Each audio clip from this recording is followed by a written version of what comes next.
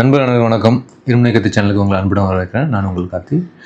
இன்றைக்கி நம்ம இந்த வீடியோவில் 4 விஷயத்தை பார்க்க போகிறோம்.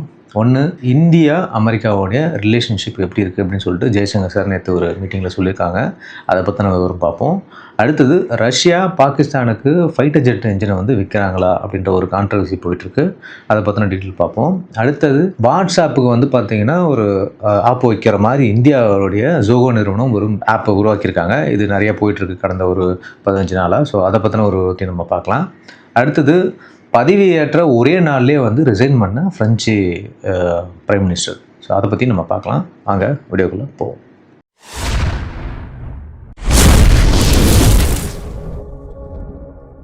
இப்போ நம்ம இந்த ஃபஸ்ட்டு விஷயத்தை பார்க்கலாம். நம்மளுடைய எக்ஸ்டர்னல் அஃபேர்ஸ் மினிஸ்டர் வந்து பார்த்திங்கன்னா மிஸ்டர் ஜெய்சங்கர் சார் வந்து இந்த இந்தியா அமெரிக்காவுடைய ரிலேஷன்ஷிப் பற்றி என்ன சொல்கிறார் அப்படின்னு பார்ப்போம். இந்தியா அமெரிக்கா டைரக்ட் பேச்சுவார்த்தைகள் மற்றும் குவாட் அமைப்பு பற்றி நிறைய முக்கியமான விஷயங்கள் இருக்குது அப்படின்னு அவர் சொல்லியிருக்காரு. குவாடுன்றது உங்களுக்கு நல்லாவே தெரியும்.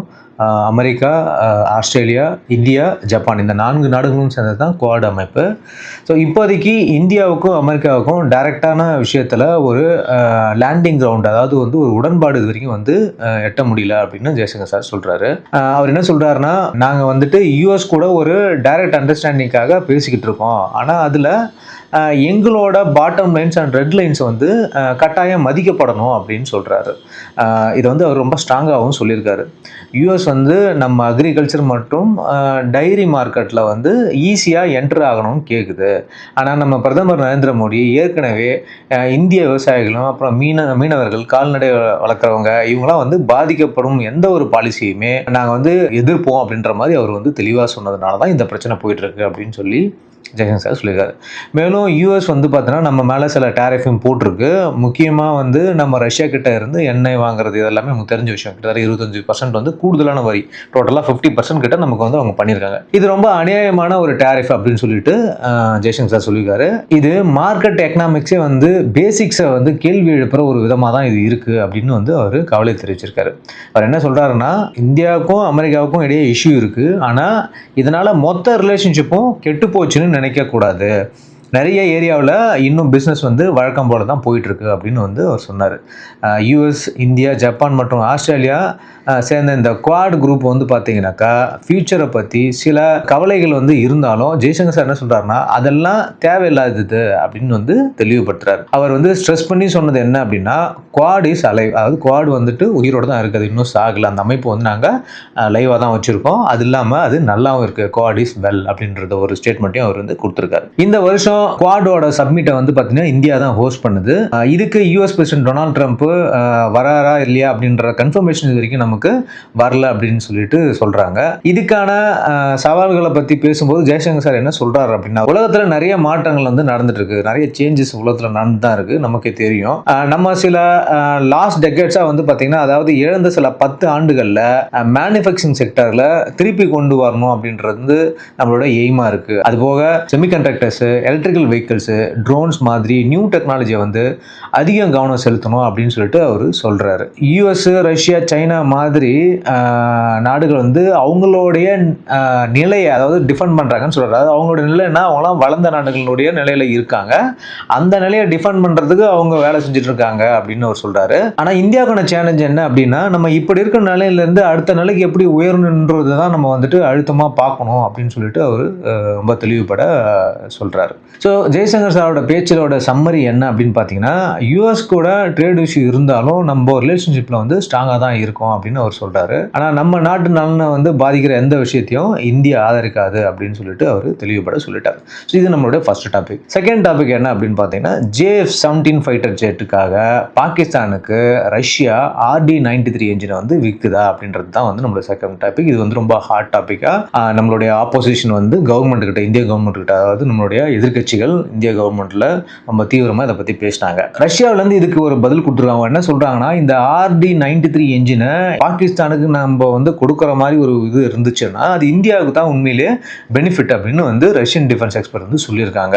இதை பற்றி இந்தியன் கவர்மெண்ட் மேலே ஆப்போசிஷன் வைக்கிற கிரிட்டிசிசம் வந்து நியாயம் இல்லை அப்படின்றத அவங்க வந்து சொல்லியிருக்காங்க.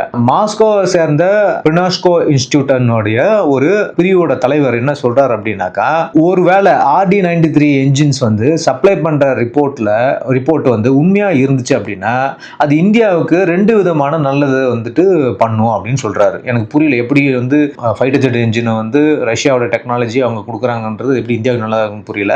பட் அவர் அப்படி சொல்லியிருக்காரு. முதல் விஷயம் அவர் என்ன சொல்கிறார் அப்படின்னா, சைனாவிலையும் பாகிஸ்தான்லையும் இன்னும் வந்து ரஷ்யாவோட என்ஜின் ரீப்ளேஸ் பண்ண முடியாத அப்படின்றத இதை காட்டுதுன்னு சொல்கிறார். அதாவது அவர் என்ன சொல்கிறார், டெக்னாலஜிக்கலாக சைனாவும் பாகிஸ்தானும் இன்னும் வளரல, அதனால எங்களோட என்ஜின் அவங்க கேட்குறாங்க, அதுவே உங்களுக்கு ஒரு பெனிஃபிட் தான் அப்படின்ற மாதிரி மறைமுகமாக சொல்கிறார். அடுத்து என்ன சொல்கிறாருன்னா, இந்த புது ஏர்கிராஃப்ட் வந்து இந்தியாவுக்கு ரொம்ப ஃபெமிலியர் மற்றும் ப்ரெடிக்டபிளாக இருக்கும் அப்படின்னு சொல்கிறாரு.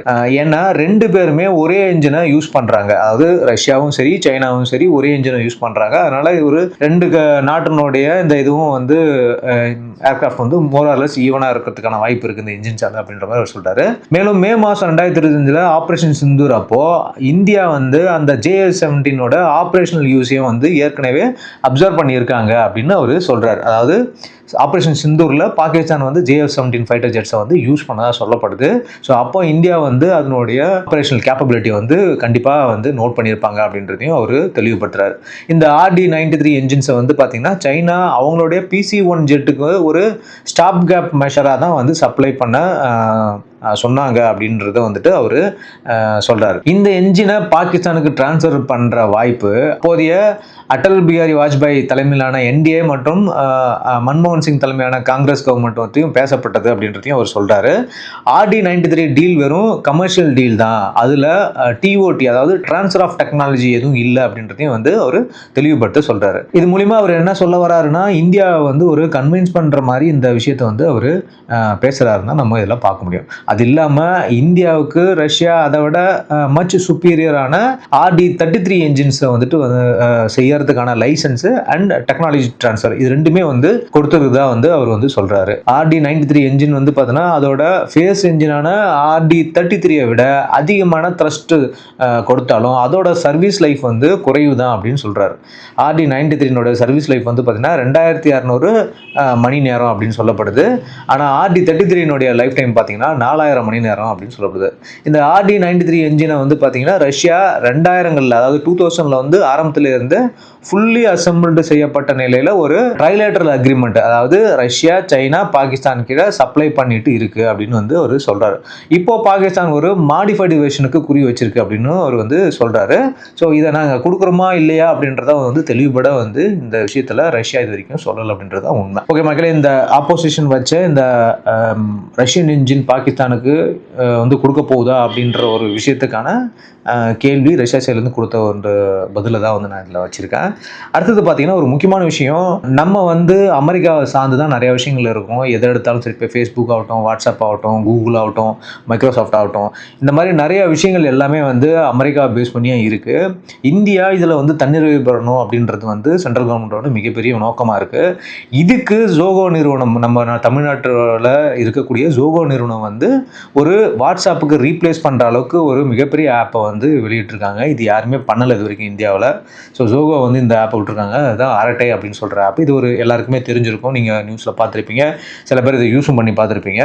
இது சிம்பிளாக ஒரு சேட்டிங்காக டிசைன் செய்யப்பட்டிருக்கு. பிளாட்ஃபார்ம் கேப்பபிலிட்டி மற்றும் வந்து பர்ஃபார்மன்ஸை பற்றி பார்க்கும்போது இது லோ அண்ட் ஸ்மார்ட் ஃபோன் மற்றும் ஸ்லோவாக இன்டர்நெட் இருக்கிற இடத்துல கூட ஒர்க் அதாவது ஸ்மூத்தாக ஒர்க் ஆகுற மாதிரி ஆப்டிமைஸ் செஞ்சுருக்காங்க அப்படின்னு சொல்லப்படுது. இதோட light weight design data consumption வந்து பார்த்தீங்கன்னா ரொம்ப கம்மியாகும் அப்படின்னு சொல்கிறாங்க. இப்போ வாட்ஸ்அப் பார்த்தோம் அப்படின்னா வாட்ஸ்அப் வந்து பார்த்தீங்கன்னா ஆண்ட்ராய்டு மற்றும் iOS ரெண்டுத்துலையுமே வந்து நல்லா ஒர்க் ஆகும், நமக்கு எல்லாருக்குமே தெரியும். ஆனால் அரட்டையோட கம்பேர் பண்ணும்போது இதுக்கு கொஞ்சம் அதிக ரிசோர்ஸஸ் தேவைப்படுது அப்படின்னு சொல்கிறாங்க. அதாவது மொபைல் கேப்பபிலிட்டி கொஞ்சம் அதிகமாக தேவைப்படுன்னு சொல்கிறாங்க. அதனால் ரொம்ப கம்மியான ரேம் இருக்கிற ஃபோன்லேயோ அல்லது வந்து பார்த்தீங்கன்னா ஒரு பேட் நெட்வொர்க் இருக்கிற இடத்துலையோ வந்து பார்த்தீங்கன்னா இதோட பர்ஃபார்மன்ஸ் வந்து குறைய சான்ஸ் இருக்குது அப்படின்னு சொல்லப்படுது. மெசேஜிங் மற்றும் கம்யூனிகேஷன் ஃபீச்சர்ஸை பற்றி பார்க்கும்போது 2 ஆப்புமே வந்து பார்த்தீங்கன்னா டெக்ஸ்ட், வாய்ஸ், மெசேஜ் வந்து பண்ணோம், documents, images, audio and video calls மாதிரி எல்லா ஸ்டாண்டர்ட் ஃபீச்சர்ஸுமே வந்து கொடுத்துருக்கு. இப்போ வாட்ஸ்அப்பில் பார்த்தீங்கன்னா எண்ட் டு எண்ட் என்கிரிப்ஷன் இருக்குது. வாய்ஸ் மற்றும் வீடியோ கால்ஸ் வந்து பண்ணலாம். குரூப் சேட்டில் 1024 மெம்பர்ஸ் வரைக்கும் நம்ம வந்துட்டு ஆட் பண்ணிக்க முடியும் இது வாட்ஸ்அப்பில். அப்புறம் டெலிவரி அப்டேட்ஸு மற்றும் வந்து வாட்ஸ்அப் ஸ்டேட்டஸ் வைக்கிற மாதிரி நிறைய ஃபீச்சர்ஸ் வந்து இதில் இருக்குது. அரட்டை பொறுத்த வரைக்கும் குரூப் சாட் லிமிட் வந்து 1000 பார்ட்டிசிபென்ட் வரைக்கும் சப்போர்ட் பண்ணுது. இது இல்லாமல் டெடிகேட்டட் சேனல்ஸ்ங்கிற ஒரு புதிய ஃபீச்சரும் வந்து கொண்டு வந்திருக்காங்க. இது வந்து என்ன பண்ணுது அப்படின்னா அப்படின்னா ஒரு பெரிய கம்யூனிட்டிஸ் இல்லைன்னா ஒரு ஆர்கனைசேஷனல் கம்யூனிகேஷனுக்கு ரொம்ப யூஸ்ஃபுல்லாக இருக்கும் அப்படின்னு சொல்லிட்டு இது சொல்லப்படுது. இப்போ வந்து பிரைவசி மற்றும் செக்யூரிட்டி, இப்போ நம்ம இந்த வாட்ஸ்அப்பில் வந்து நம்ம ரொம்ப நல்ல விஷயமா பார்க்கறது இந்த பிரைவசி அண்ட் செக்யூரிட்டி தான். வாட்ஸ்அப் இது தன்னோட எண்ட் டு எண்ட் என்கிரிப்ஷனுக்காக ரொம்ப ஃபேமஸ் ஆனது அப்படின்னு சொல்லப்படுது, எல்லாருக்குமே தெரியும். மெசேஜஸ், கால்ஸ், போட்டோஸ் எல்லாமே கம்யூனிகேட் பண்ற 2 பேருக்கு மட்டும்தான் தெரியும் அப்படின்னு சொல்லப்படுது. இதை ஆட்டோமேட்டிக்காலாம் ஆஃப் பண்ண முடியாது. இது மெட்டா கம்பெனியோடது, இது எல்லாமே உங்களுக்கு நல்லாவே தெரியும். ஓகே, இப்போ அரட்டையை பற்றி பார்ப்போம். ஜோகோ ரொம்ப வந்து ஸ்ட்ராங்கான வந்து பிரைவசி பாலிசியை வந்து ஃபாலோ பண்ணுறோம் அப்படின்னு வந்து அவங்க சொல்லியிருக்காங்க. அதாவது யூசர் டேட்டா எந்த ஒரு தேர்ட் பார்ட்டி கூடயும் நாங்கள் வந்து ஷேர் பண்ண மாட்டோம் அப்படின்னு சொல்லிட்டு ஒரு கேரண்டியை வந்து அவங்க கொடுத்துருக்காங்க. ஆனால் வாட்ஸ்அப் மாதிரி டெக்ஸ்ட் மெசேஜஸ் எல்லாத்துக்கும் எண்ட் டு எண்ட் என்கிரிப்ஷன் வந்து இருக்கான்னு வந்துட்டு சேம் லெவலாக வந்து டீட்டெயில் இன்னும் வந்து அவங்க சொல்லலை. ஆனால் செக்யூரிட்டியை பொறுத்த வரைக்கும் நாங்கள் வந்துட்டு அதில் ஒரு கான்ஃபிடென்ஷியலான விஷயங்களை நாங்கள் வந்து எடுத்திருக்கோம் அப்படின்னு சொல்லிட்டு உறுதிப்பட ஜோகோ நிறுவனம் வந்து சொல்லியிருக்கு. வாட்ஸ்அப் வந்து பார்த்தீங்கன்னா எப்படி வந்து ப்ராப்ளம் ஆச்சோ அதே மாதிரி அரட்டையும் வந்து இப்போ இந்தியாவில் வந்து பயங்கரமாக ப்ராப்ளம் ஆகிட்டு இருக்கு அப்படின்றது தான் உண்மையாக பார்க்கப்படுது. அடுத்து வந்து நம்ம ஒரு முக்கியமான விஷயத்தை பற்றி பார்க்க போகிறோம். அது என்ன அப்படின்னு பார்த்தீங்கன்னா, பிரான்ஸ் அரசியலில் ஒரு பயங்கரமான ஒரு ஷாக்கிங் நியூஸ் நடந்திருக்கு. அது என்ன அப்படின்னா, புதுசாக வந்த அரசு வந்து பொறுப்பேற்றுக்கிட்ட கொஞ்ச நேரத்திலே வந்து மொத்தமாக ராஜினாமா பண்ணிட்டு போயிட்டாங்க அப்படின்றது தான் இப்போ ஒரு பெரிய டாக்காகவே இருக்குது. பிரான்ஸினுடைய நியூ பிரைம் மினிஸ்டராக இருந்த செபாஸ்டியன் லியோகோனோ அவருடைய மினிஸ்டர்ஸ் அடங்கிய கேபினட் டீமை வந்து பார்த்தீங்கன்னா பதிவேற்றுக்கிட்ட சில மணி நேரத்திலேயே இன்னைக்கு ராஜினாமா செஞ்சுட்டாங்க அப்படின்னு சொல்லி நியூஸ் வந்திருக்கு. மாடர்ன் பிரெஞ்சு ஹிஸ்டரியில் ரொம்ப குறைந்த காலத்தில் நீடிச்ச கவர்மெண்ட் இதுதான் அப்படின்னு சொல்லப்படுது. லெக்கார்னோ மொத்தமாக 27 நாள் தான் பிரதமர் இருந்திருக்காரு. ஆனால் அவரை அமைச்ச அரசு வெறும் 14 மணி நேரம் தான் நீடிச்சது அப்படின்னு சொல்லப்படுது. இந்த திடீர் ராஜினாமா பிரான்சின் அரசியலில் வந்து நெருக்கடியை வந்து ரொம்பவே அதிகரிச்சிருக்கு அப்படின்னு சொல்றாங்க. இந்த ராஜினாமாவுக்கு காரணம் என்ன அப்படின்னா, பிரெஞ்சு அதிபர் இமானுவேல் மேக்ரோனுக்கு நெருக்கமான லெக்கார்னோ பல வாரங்கள் ஆலோசனை செஞ்ச பிறகு தான் இந்த அமைச்சரை வந்து நியமிச்சிருக்காரு. ஆனால் இந்த நியூ கேபினட் லைனப் எதிர்கட்சிகளுக்கு மட்டும் இல்லாமல் அவருக்கு சப்போர்ட் பண்ண கூட்டாளிகளுக்கும் கூட பிடிக்கல அப்படின்னு வந்து சொல்லப்படுது. சிலர் இந்த கேபினட்டை ரொம்பவே வந்து வலதுசாரியாக இருக்காங்க, ரைட் விங்காக இருக்காங்க அப்படின்னு சொல்லிட்டு சொன்னாங்க. பார்லிமெண்ட் ஏற்கனவே பெரும்பான்மை இல்லாமல் இருந்ததால இந்த அரசு எவ்வளவு நாள் தாக்கு பிடிக்கும்னு சொல்ற கேள்வி வந்து எழுந்துகிட்டே இருந்துச்சு. லெக்கார்னோ தன்னுடைய ராஜினாமாவை மெக்ரான் கிட்ட கொடுத்துட்டாரு அப்படின்னு வந்து நியூஸ் இன்னைக்கு வந்திருக்கு. இந்த அரசியல் குழப்பத்துக்கு எதிர்கட்சிகளுடைய ரியாக்ஷன் என்னவா இருந்துச்சு அப்படின்னா, அவங்க ரொம்ப காட்டமாக பேசிட்டு இருக்காங்க. தீவிர வலதுசாரி கட்சியான நேஷனல் ரேலி அப்படின்ற ஒரு கட்சி என்ன சொல்லுது அப்படின்னாக்கா, உடனே அதிபர் இமானுவேல் மேக்ரோ வந்து பார்த்தீங்கன்னா ஸ்னாப் பார்லிமெண்ட் எலெக்ஷன் வந்து நடத்தணும் அப்படின்னு சொல்லி கேட்டிருக்காங்க. அதே மாதிரி இன்னும் வந்துட்டு பார்த்தீங்கன்னா தீவிர இடதுசாரி கட்சியான பிரான்ஸ் அன்போர்டு வந்து பார்த்தீங்கன்னா என்ன சொல்றாங்க அப்படின்னா, ஒரு வருஷத்துக்குள்ள 3 பிரதமர்கள் தோற்கடிக்கப்பட்டிருக்காங்க. இனி கவுண்ட் டவுன் வந்து இமானுவேல் மேக்ரோனுக்கு ஆரம்பிச்சிருக்கு அப்படின்னு சொல்றாங்க. ஏன்னா அவரும் போய் ஆகணும் அப்படின்ற மாதிரி அவங்க சொல்றாங்க. இந்த நியூஸ் வெளியானதுமே வந்து பார்த்தீங்கன்னா மார்க்கெட்டில் வந்து பெரிய தாக்கம் ஏற்பட்டுச்சு. பாரிஸ் பங்கு சந்தையில் வந்து குறியீடுகள், அதாவது CAC அப்படின்றது வந்து பார்த்தீங்கன்னா பாரிஸோட பங்கு சந்தை, அதனுடைய குறியீடு வந்து பார்த்தீங்கன்னா 2% வந்து குறைஞ்சிருக்கு அப்படின்னு சொல்றாங்க.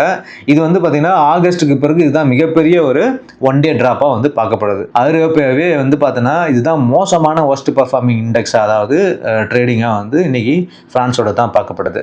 பிரான்ஸினோட அரசியல் நிலைத்தன்மை அப்படின்னு பார்க்கும்போது மேக்ரோன் வந்து 2021 மறுபடியும் வந்து பிரசிடென்ட்டா வந்து எலெக்ட் ஆனதுல இருந்து பார்லிமெண்ட்ல மெஜாரிட்டி இல்லாதனால அரசியல் ரொம்பவே வந்து நிலைத்தன்மை இல்லாத ஒரு பொசிஷன்ல தான் இருந்துட்டு இருக்கு. பிரான்ஸ்ல கூட்டணிக்கு அமைக்க ஒருமித்த கருத்துக்கு வர்ற பழக்கம் ரொம்ப ரொம்ப கம்மி தான். அதாவது கூட்டணி ஆட்சி அங்கே கொண்டு வரதுன்றது வந்து ரொம்ப ரொம்ப கம்மியாக தான் பார்க்கப்படுது.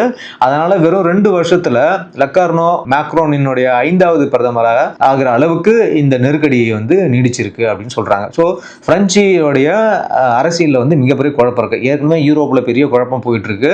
ஒரு பக்கம் வந்து உக்ரைன் ரஷ்யா சண்டைனால வந்து யூரோப்போ எல்லா ஃபண்டையும் யுக்ரைனுக்கு செலவு பண்ற மாதிரி ஒரு பிரச்சனை போகுது. இது இல்லாமல் இமிகிரேஷன் ப்ராப்ளம், ஒரு நாட்டிலையும் வந்து பார்டர் பிரச்சனை வருது, நிறைய அகதிகள் குடியேறாங்க அப்படின்னு சொல்லி ஏகப்பட்ட குழப்பங்கள் வந்து யூரோப் முழுக்க நடந்துட்டு இருக்கு. இப்போ யூரோப்ல வந்து வலிமையான நாடுகள் அப்படின்னு பார்த்தோம் அப்படின்னா ஜெர்மனி, பிரான்ஸ், இந்த நாடுகள் தான் வந்து இப்போ UK வெளியே போனதுனால அது அதில் சேரல. இந்த மாதிரி நாடுகள் தான் ரொம்ப வலிமையான நாடுகள். இந்த 2 தான் ரொம்பவுமே வலிமையான நாடுகள். இந்த 2 வலிமையான நாடுகளில் ஒரு நாட்டுக்கு வந்து மிகப்பெரிய ஒரு குழப்பம் வந்தது வந்து யூரோப்புக்கு மிகப்பெரிய அடியாக தான் பார்க்கப்படுது. ஓகே மக்களே, நான் இந்த வீடியோவில் ஒரு 4 விஷயங்களை பற்றி உங்கள்கிட்ட பேசியிருக்கேன். கண்டிப்பாக இந்த வீடியோ உங்களுக்கு பிடிக்கும்னு நினைக்கிறேன். நம்ம சேனல் சப்ஸ்கிரைப் பண்ணுங்க, உங்கள் ஃப்ரெண்ட்ஸ்லாம் ஷேர் பண்ணுங்க, உங்களுடைய கருத்துக்களை கமெண்ட் பண்ணுங்க. தேங்க்யூ. மீண்டும் ஒரு நல்ல வீடியோவில் நல்ல இன்ஃபர்மேஷனோட உங்களை சந்திக்கிறேன். பாய்.